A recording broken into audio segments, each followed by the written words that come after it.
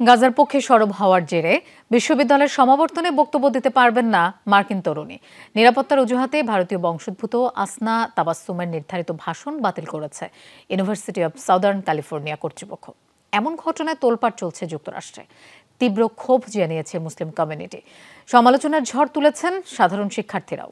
Design, elegance, beauty, সেরা পণ্য সবার জন্য। ইউনিভার্সিটি অব সাউদার্ন ক্যালিফোর্নিয়ার বায়োমেডিক্যাল ইঞ্জিনিয়ারিং এর ছাত্রী ভারতীয় বংশোদ্ভূত মার্কিন তরুণী আসনা তাবাসসুম আগামী মাসে অনুষ্ঠিতব্য সমাবর্তনে বক্তব্য রাখার কথা ছিল তার, যেখানে উপস্থিত থাকবে ৬৫,০০০ মানুষ। লেখাপড়ায় সাফল্য ও বিশ্ববিদ্যালয়ের বিভিন্ন কর্মকাণ্ডে সম্পৃক্ততার জন্য শত শত শিক্ষার্থীর মধ্য থেকে নির্বাচিত করা হয়েছিল আসনাকে। বেশ কিছুদিন ধরেই ইসরায়েলপন্থী বিভিন্ন গোষ্ঠী আসনার বিরুদ্ধে ইহুদি বিদ্বেষের অভিযোগ করে আসছিল। সামাজিক যোগাযোগ মাধ্যমে ফিলিস্তিনের পক্ষে তার বিভিন্ন পোস্ট নিয়েও তৈরি হয় বিতর্ক। এমন পরিস্থিতিতে আসনার বক্তব্য ঘিরে অপ্রীতিকর পরিস্থিতি তৈরি হতে পারে অনুষ্ঠানে, এমন অজুহাতে সমাবর্তনের মাত্র কিছুদিন আগে তার বক্তব্য বাতিলের সিদ্ধান্ত নিল বিশ্ববিদ্যালয় কর্তৃপক্ষ। এক বিবৃতিতে বিশ্ববিদ্যালয়ের সিদ্ধান্ত নিয়ে হতাশা প্রকাশ করেছেন আসনা। বলেছেন বিদ্বেষমূলক প্রচারণার শিকার তিনি। তীব্র ক্ষোভ জানিয়েছে মুসলিম কমিউনিটি। ক্যালিফোর্নিয়া বিশ্ববিদ্যালয়ের সিদ্ধান্তকে কাপুরুষোচিত বলেও আখ্যা দিয়েছে তারা।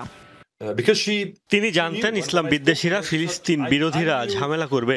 মুসলিম হিসেবে বিষয়টিকে স্বাভাবিক হিসেবে নিয়েছি। তবে বিশ্ববিদ্যালয়ের পদক্ষেপে হতাশ তিনি। বিশ্ববিদ্যালয় যে পদক্ষেপ নিল তা অপ্রত্যাশিত। খুব খারাপ উদাহরণ তৈরি হলো। মানবাধিকারের পক্ষে কথা বলার জন্য সাজা পেতে হলো তাকে। ইসলাম ফোবিয়া আরো উস্কে দেবে এই ঘটনা। এই ঘটনার তীব্র প্রতিক্রিয়া জানিয়েছে সাধারণ শিক্ষার্থীরাও।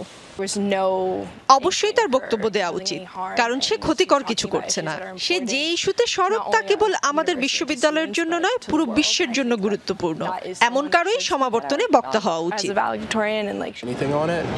এই বিশ্ববিদ্যালয়ের সমাবর্তনে গত বছর ৪৪তম প্রেসিডেন্ট বারাক ওবামা উপস্থিত হয়েছিলেন।